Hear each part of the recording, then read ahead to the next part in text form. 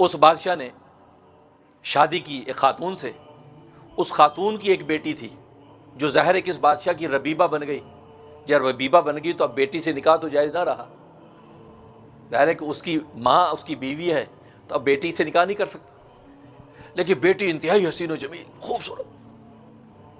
اب بادشاہ کی حالت یہ تھی کہ اس کی نگاہ جب اس لڑکی پر پڑی ہے تو یہ دل ہی کی دل میں اس کی طرف متوجہ رہنے لگا کہ یار کیا بات ہے، اس کے حسن و جمال کا کیا عالم ہے. عاشق ہو گیا، عاشق ہو گیا.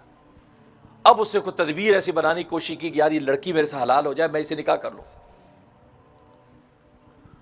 تو چنانچہ اس نے اعلان کر دیا کہ اس کے ساتھ میں نکاح کر رہا ہوں.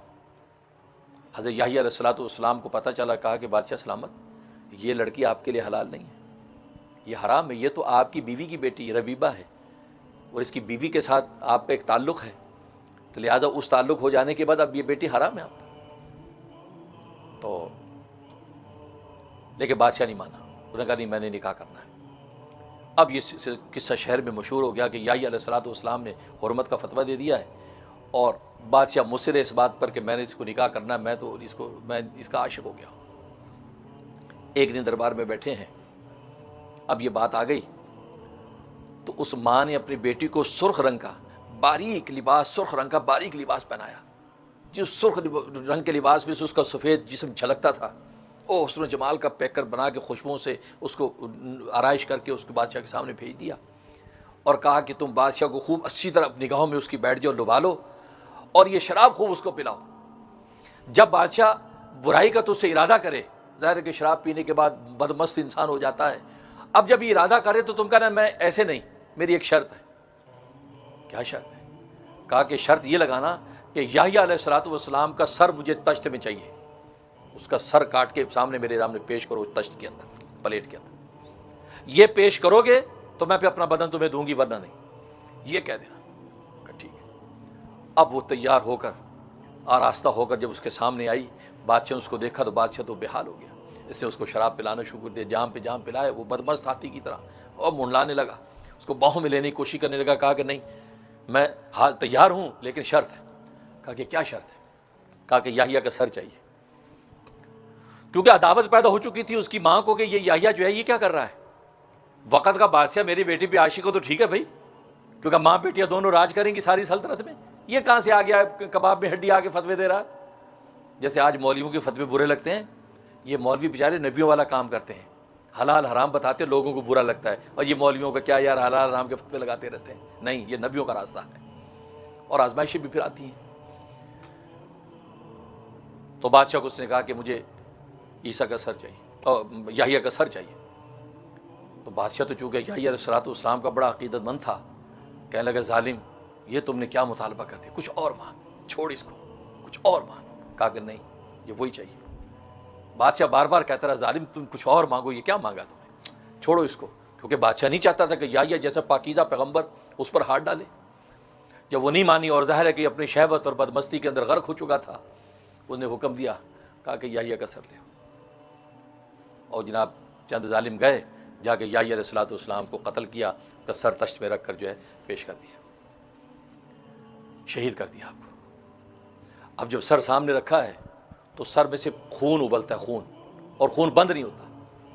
بادشاہ پریشان ہو گیا کہ یار اس کو زمین میں دفناؤ، زمین میں دفنا، پھر خون ابل رہا ہے.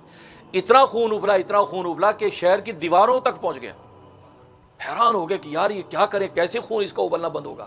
اور بنی اسرائیل پریشان، پورا ملک حیران، اور بادشاہ مٹی پہ مٹی ڈال رہا ہے، گڑے بھر رہا ہے، لیکن خون ابل رہا ہے، خون ابل رہا ہے. ظاہر ہے کہ بے گناہ خون اور اس سے پاکیزہ پیغمبر کا خون. یہ صورتحال پیدا ہوئی. اب جب ادھر یہ ظلم ڈھایا تو اللہ تبارک و تعالی نے بنی اسرائیل پر پھر بخت نصر کو تیار کیا. بخت نصر حملے کے لیے تیار ہو گیا. بخت نصر عراق کا رہنے والا تھا. اب اللہ تبارک و تعالی بنی اسرائیل کی گوشمالی کر رہا ہے. اس گوشمالی کے لیے اللہ تبارک و تعالی بخت نصر کو بھیجا. اور بخت نصر کون تھا؟ بخت نصر یہ عراق کے بادشاہ کی نسل میں سے ہے.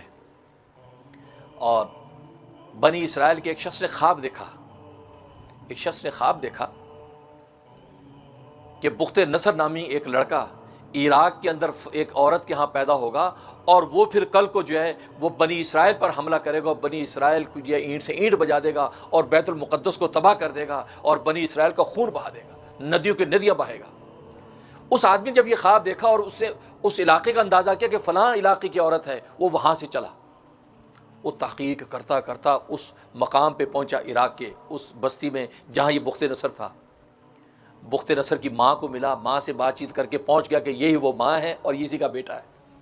اور بخت نصر اس وقت لڑکا سا تھا کچھ عمر کا، اور اس نے کندھے پہ لکڑیوں کا گٹھڑ اٹھایا ہوا تھا، لکڑیاں کاٹ کے جنگل سے لا رہا تھا، لکڑیاں کاٹ کے۔ اب لکڑیاں کاٹ کے لایا، یہ ملا اس سے آدمی، سمجھ گیا کہ یہی لڑکا ہے۔ کہنے لگا کہ میں کچھ دن تم لوگوں کے ساتھ رہنا چاہتا ہوں، کہ جی ہاں کوئی بات نہیں، رہیں۔ 3 دن ان کے ساتھ رہا۔ اب وہ گوشت بھی اس کو کھلائیں، روٹی بھی کھلائیں، شراب بھی پلائیں، چونکہ شراب اس وقت حلال تھی تو شراب بھی پیتے۔ 3 دن رہنے کے بعد اس نے جب اندازہ لگا لیا کہ یہی وہ شخص بخت نصر جو کل کو ایسا زبردست بادشاہ بنے گا، اس نے اس بخت نصر سے کہا کہ تم جو میرے لیے امان لکھ دو کہ جب تم بیت المقدس تباہ کرو گے اور حملہ کر کے آؤ گے، جب تجھے بادشاہت ملے گی تو اس وقت میں تجھے امان جو تجھ سے حاصل کروں، یہ میرے لیے ایک امان کا پرچہ لکھ دو۔ تو اس نے کہا مجھے غریب کے ساتھ تم ہمیں مذاق کر رہے ہو، کیا بات کر رہے ہو؟ کہا کہ نہیں مجھے پتہ ہے۔ کہ چھوڑو یار، میں کہاں بادشاہت، کہاں بیت المقدس، یہ کیا بات کر رہے ہو؟ کہا کہ اگر آپ لکھ دیں گے آپ کا کوئی نقصان ہے؟ کل کو آپ بن گئے بادشاہ تو امان دے دینا، نہیں بنے تو نقصان کیا ہے؟ انہوں نے کہا یہ بات بھی سے نقصان تو کچھ نہیں۔ انہوں نے کہا لاؤ پرچہ لیا، اس کے اوپر امان لکھ دی اس کے لیے۔ اور شخص نے کہا کہ اگر میں اس مجمع کے اندر آیا جہاں پر آپ ہیں اور آپ کے دائیں بائیں آپ کے جو ہے درباریوں نے آپ تک پہنچنے نہ دیا تو میں پھر آپ تک کیسے پہنچوں گا؟ کہا کہ تم ایک لکڑی کے اوپر یہ کاغذ باندھ کے لکڑی کو اونچا کرنا تو میں سمجھ جاؤں گا اور میں تجھے اشارہ کر کے آگے بلا لوں گا اور تجھے امان دے دوں گا۔ ٹھیک ہے۔ اب یہ وہ شخص واپس لوٹ آیا، بات آئی گئی ہو گئی۔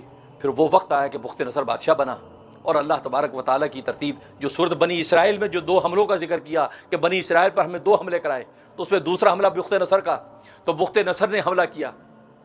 بخت نصر نے وہاں حملہ جب کیا ہے، اب وہ پورے شہر کا محاصرہ ہوا ہے، شہر کے باہر بیٹھا ہے اور حملہ کرتا ناکام ہو جاتا ہے، پہنچ نہیں پا رہا، اور پوری دیواروں فصیل بند ہے، بڑا پریشان۔ آخر تھک ہار کے اسے سوچا کہ بھئی لگتا ہے کامیابی نہیں، واپس چلتے ہیں۔ اب یہ اپنی بوری بستر باندھ کے واپس چلنے لگا تو اس بنی اسرائیل میں سے ایک عورت باہر نکلی۔ اس عورت نے کہا کہاں چلے؟ کہا کہ بس واپس جا رہا ہوں۔ کیوں؟ شہر فتح نہیں کرنا؟ یہاں تو ظلم ڈھایا جا رہا ہے، تم نے یہ فتح نہیں کرنا؟ کہا کہ ہاں کرنا ہے، لیکن فتح کی صورت نہیں بن رہی۔ اس نے کہا میں تمہیں ایک طریقہ بتاتی ہوں، اگر تم نے فتح کرنا ہے تو۔ اس نے کہا اچھا، لیکن شرط یہ ہے کہ جب تو فتح کر لے گا اس شہر کو تو پھر میں جس کو کہوں گی اس کو قتل کرنا، اور جب کہوں گی قتل نہ کر تو نہ کرنا، تو میری بات پہ چلنا پھر تم۔ ان کا ٹھیک ہے۔ کہا کہ تم اپنے لشکر کے 4 حصے بنا دو، شہر کے 4 کونوں کی طرف کھڑے کر دو، یعنی دیوار ہے، دیوار کے باہر کے کونے 4، اس طرح لشکر یوں کھڑے کر دو، اور تو درمیان میں آ کے تم باہر دروازے کے پاس یہ دعا کرنا، یا اللہ یحییٰ علیہ السلام جو بے گناہ شہید کر دیا گیا، اس کے خون کا واسطہ دے کر میں آپ سے دعا کرتا ہوں مجھے فتح عطا فرما۔ تو یحییٰ کے پاکیزہ خون کا واسطہ دے کے دعا کرنا، اللہ تبارک و تعالیٰ تجھے فتح دے دے گی۔ بخت نصر کھڑا ہو گیا، اس نے لشکر کی 4 حصے کیا اور کہا کہ اے رب ذوالجلال، یحییٰ علیہ السلام کے اس پاکیزہ اور مظلوم خون کا واسطہ میں تجھے دیتا ہوں، میں اس کا وسیلہ تجھے پیش کرتا ہوں، مجھے فتح عطا فرما۔ بس اتنا کہنا تھا، اس بڑھیا نے کہا تھا تو یہ دعا کرے گا تو دیواریں گر جائیں گی خود بخود ساری۔ وہی ہوا، شہر کی دیواریں گر گئی اور لشکر اندر گھس گیا۔ اب اندر گھس گیا تو اب قتل کرنا شروع کیا۔ تو بڑھیا نے روکا، نہیں ابھی نہیں، میرے ساتھ آؤ۔ اس مقام پر لے گئے جس مقام پر یحییٰ علیہ السلام کا سر دبایا ہوا تھا اور خون یوں فوارے کی طرح ابل رہا تھا۔ کہا کہ اس مقام پر قتل کرنا شروع کر دو۔ اب اس مقام پر قتل کرنا شروع کیا، کرتا رہا 70,000 آدمی قتل کیے۔ 70,000 آدمی جب قتل ہو گئے، اب اس عورت نے کہا کہ رک جا بس۔ اس لیے کہ اللہ تبارک و تعالیٰ کی سنت یہ ہے کہ پاکیزہ خون کا بدلہ دنیا میں اللہ تبارک و تعالیٰ جب دکھاتے ہیں تو 70,000 آدمی قتل کرتے ہیں، تو 70,000 آدمی قتل ہو گئے، گویا کہ اب یہ توبہ ہو گئی بنی اسرائیل کی طرف سے اس معصوم خون پر۔ اب اللہ تبارک و تعالیٰ اس خون کو تھما دیں گے۔ وہی ہوا کہ جب وہ رکے ہیں تو اللہ تبارک و تعالیٰ خون کو تھما دیا، خون ابلنا بند ہو گیا۔ تو بخت نصر نے اس کے بعد پھر جب وہ بیت المقدس کو اٹھا دیا اور بیت المقدس میں مٹی بھر دی اور ہر چیز تہ تہ کر دی، اور وہاں سے لوگوں کو گرفتار کر لیا، اور اس میں انبیاء کی جو اولادیں تھیں ان کو بھی گرفتار کر لیا۔ انبیاء کی اولادوں میں حضرت دانیال علیہ الصلوۃ والسلام تھے، ان کو بھی گرفتار کر لیا، اور بہت سے ایسے جو بڑے بڑے مقتدر قسم کے وزراء تھے ان کے سر کاٹ کاٹ کے اپنے ساتھ وہ سر واپس لے گیا، عراق چلا گیا، اور حضرت دانیال کو بھی لے کے وہاں چلا گیا۔